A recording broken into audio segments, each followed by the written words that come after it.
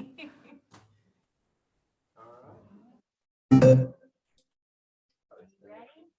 ready. All I do is win, win, win, no matter what. All right, folks. So, you got to have a little bit of music to get this party started here, folks. We're going to come together for a quick bill. Welcome, everybody, to the Creative Arts and Entertainment Committee. I'm actually going to hand the mic over to Leader Bonner. I've got to present this bill, so I'm going to head down to the table.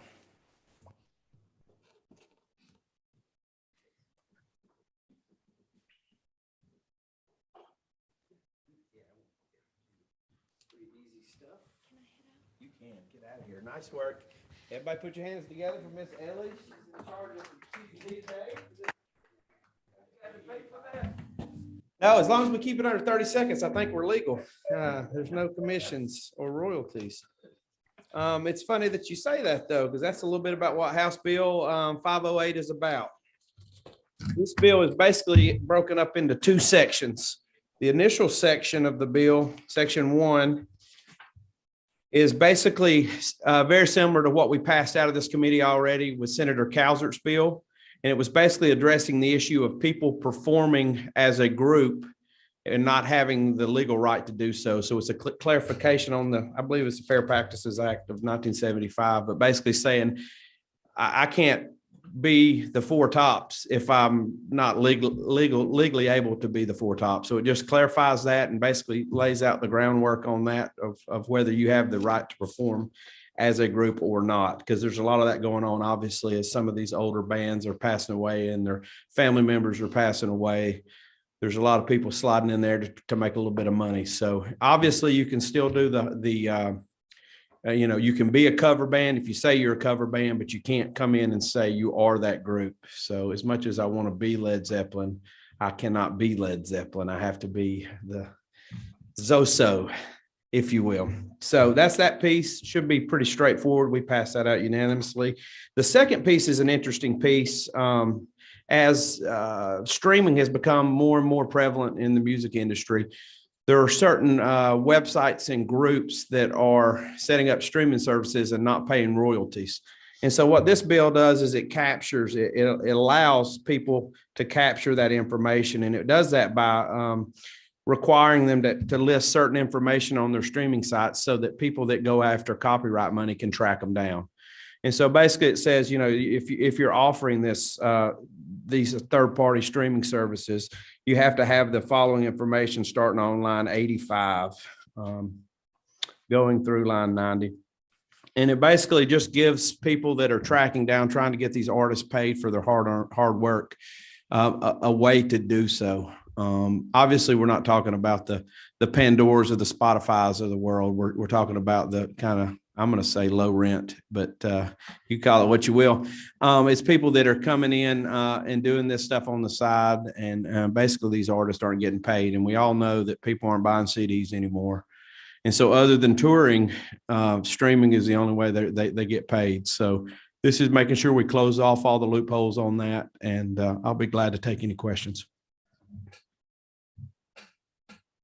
Do we have any questions from the committee? Right. Representative Williams, go ahead. Thank you, Mr. Chairman. Out of curiosity, are there any federal laws currently that handle this? So yeah, this would go concurrently with the federal law and just make sure that the state of Georgia is falling in line to make sure these people are listing the necessary information to be able to track them down. I like the bill. I certainly support it. My question is, my next question is, if it's federal law, and it our call, we don't get to say whether or not we do it, because it supersedes state law. If it's federal law, when they break it, they got to deal with feds. Right. So I'm just wondering, because if it's covered, I mean, I'd like for us to go on record that we support, but I'll support this bill, of course, but there is no state law that's going to supersede the federal law, and we're automatically under the umbrella once it's passed federally. Yeah. But I like the bill, and All right. you're my chairman. I appreciate it. Rack this up as one yard.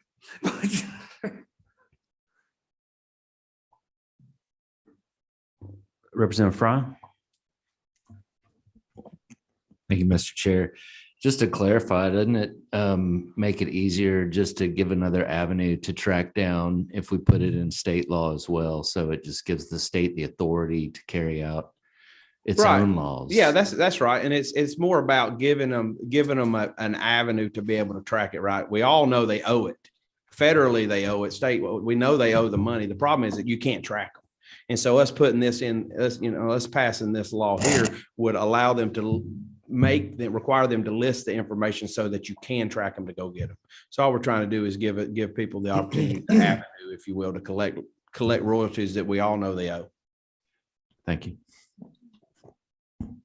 Because obviously without this law, they're not listing all that stuff, right? They're not listing, how to get a hold of people, how to track these third-party streamers. And so that's what this bill would do, is it would be a listing of information so that you can track it. All right, I'm going to go online. Representative Gilliard, you have a question? Mr. Chairman, Yes, sir. I just want to go on record couldn't wear my wig on today, but I had a hat that I thought would commemorate your introduction and being chairman of this great committee. But I want to commend you on this bill because there are a lot of individuals, i.e. that have intellectual property via copyrights. As a person that does documentaries and lots of radio, I know that if you don't get permission to stream that person's product, it's hard to track people down. So I want to commend you on this bill and commend you on the one question that I have. The method of tracking would be what as a follow-up? Yeah, so it was listed, so I'll read it off too. So the following location shall deem readily accessible the information: a landing page, a landing or home web page or screen, an about us web page screen, a contact us web page screen, an information or another place on the website to display identifying information to consumers. So basically it's just saying, look, if you're going to have a streaming site, that you've got to list a way for people to get a hold of you so that the folks can get a hold of you if to make sure you're paying your royalties at the end of the day. Is it the BMIs of the world? BMI, ASVAB. Yep. So they can track you down and make sure you're paying your royalties. Right. Thank you, Mr. Chairman, for an excellent bill. All right, Representative Williams, you have another question? I sure do. We keep talking now, who is going to collect this money? And what do they have in place to collect it? As I can remember, for years and years, we couldn't even collect sales tax money properly. Yeah, I mean, that's what the whole group does, right? BMI and those other guys, that's what they do, is they go out and collect royalty money. And so this would be, this would give them further ability to figure out who the parties are and how to track them. Because if you go on some of these streaming services sites now, you don't have a clue where they're at or how to get a hold of them or how to track them down to say, hey, you've been playing DJ Khaled's All I Do Is Win, Win, Win song, and you ain't paid DJ nothing. And he's got to keep it up in Miami. Got to keep up the scene. Excuse me, who is BMI? The agency that handles all the. So in other words, contracted artists. the state ain't getting nothing out of this. No, it's not about the state. No, it's about BMI collecting and remitting it to the So artist. we helping them get something out of this. That's right. All We're trying right. we're getting to this. Ain't no money for the state. And I do have a digital download bill that would get money for the state, but that thing don't have a lot of people supporting that right now. Representative Fry, you have another question? Thank you, Mr. Chair. Just to clarify with the attorneys in the room, in the section that we're describing, would the word website and web page include an app on a phone? Has that even been defined or indicated? In any attorney can answer that? I think. Go ahead. We just happen to have an attorney to do that. Excellent. Mr. Chair, Dave Barry, I'm filling in for Sean Marie today. So I didn't draft this bill, but I actually had that same question as I was reading through it. But I didn't get a chance to look if there is an official definition that would include the app. My thinking is that there probably is not a definition and that it would be unclear and sort of up to a court to determine that. So that is maybe a clarification that could be put into this bill. Yeah, and I would push you over to line 83 where it says website or online service. And then that would, of course, go from, as you take that piece and then take 85 where it says webpage or screen. I would assume that online service / screen would clarify the app. But by all means, we all understand that it's 99.9% of that's happening on an app at this point. All right, is anybody, we only have one person that signed up, and we'll go online to Carlos. Yes, sir. Am I coming through okay this afternoon? You are, if you could state your name and what organization you represent, and then go ahead with your remarks. Yes, sir. My name is Carlos Linares. I serve as Senior Vice President, Content Protection and Enforcement for the Recording Industry Association of America. The Recording Industry Association of America, or RIAA, is a US-based trade association that represents US-based creators in the music industry. Our record label clients include the likes of Universal Music Group, Sony Music Entertainment, Warner Music Group, and the hundreds of other record labels that are part of those companies under their corporate umbrellas. And we stand for protecting the creative rights and the intellectual property rights of creators in the music space here in the US. First, I'd like to thank Representative Carpenter for bringing this important measure before the committee today.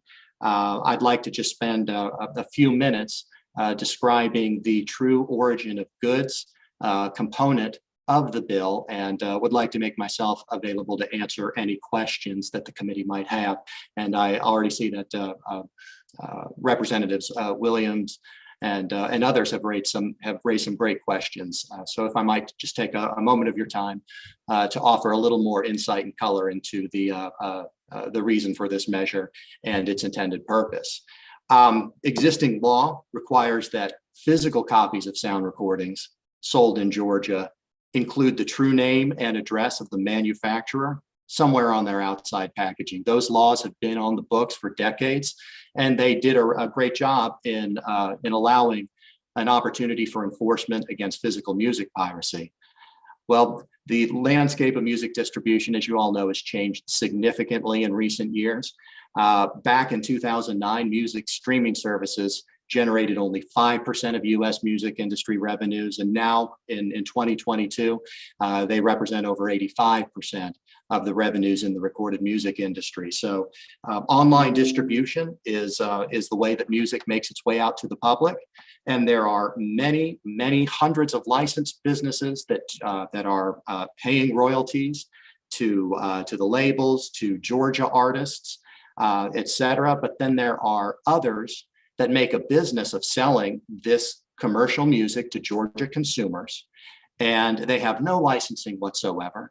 And not surprisingly, these illicit businesses do not make any efforts to disclose to the public who they are. They're criminal entities, and they are doing their best to evade the reach of the law. So the intention of this legislation is simply to require this disclosure requirement of anybody that's in the business of selling the commercial music of others, to make that disclosure requirement apply to websites and online services that are targeting Georgia consumers. And it ultimately provides an enforcement hook to Representative Williams' question about federal law that's unique to the state. There are copyright laws that apply to unauthorized manufacture and distribution of music. And then there are state disclosure laws that simply require that anybody that's dealing in commercial music simply advise the public exactly who they are, so that recourse can be taken, whether it be for purposes of securing licensing, returning product, whatever the case might be. But in short, that is the purpose for the law, so that online businesses that are dealing in the commercial music of others have an affirmative obligation to let Georgia consumers know exactly who they are. And in the event that they fail to do so, then that provides a Georgia rights owner, a Georgia recording artist, for example, whose music is being misappropriated on one of these services, to be able to reach out to that business to the extent they can and let them know that they have this obligation to disclose their identifying information. And if they fail to do so, then they can go to the court and request action that can be taken to prevent that entity from continuing to do business with the benefit of US support. So it's an additional legal tool outside of federal copyright law that can be used by Georgia businesses, Georgia creators, to protect against the misappropriation of their work. So again, we thank Representative Carter for bringing this measure. It's a great bill, and I think it's well designed to protect the Georgia music industry and Georgia artists. And again, I thank the committee for its time and consideration, and I'd be happy to answer any questions. Thank you. Yes. Is that really your house behind you, or is that a screensaver? Oh, this is the upstairs of the guest house above a 3-car garage. So I like it. This is- It this looks is where I've good. done I business just, for the I last just 2 want to know years. when we can come over for cocktails later. come on over. Come on over. Sorry, I couldn't help myself. Mhm. So he was the only one that signed up. Is there anyone in the room that wishes to speak to the bill? All right, hearing none, what's the will of the committee?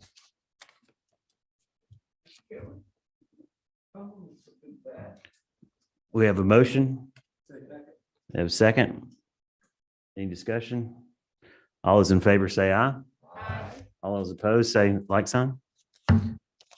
Motion passes. Bill moves on. Thank you. And I'll just do it from here. Meeting is adjourned. Thank you guys for your time. Sorry we started a little behind.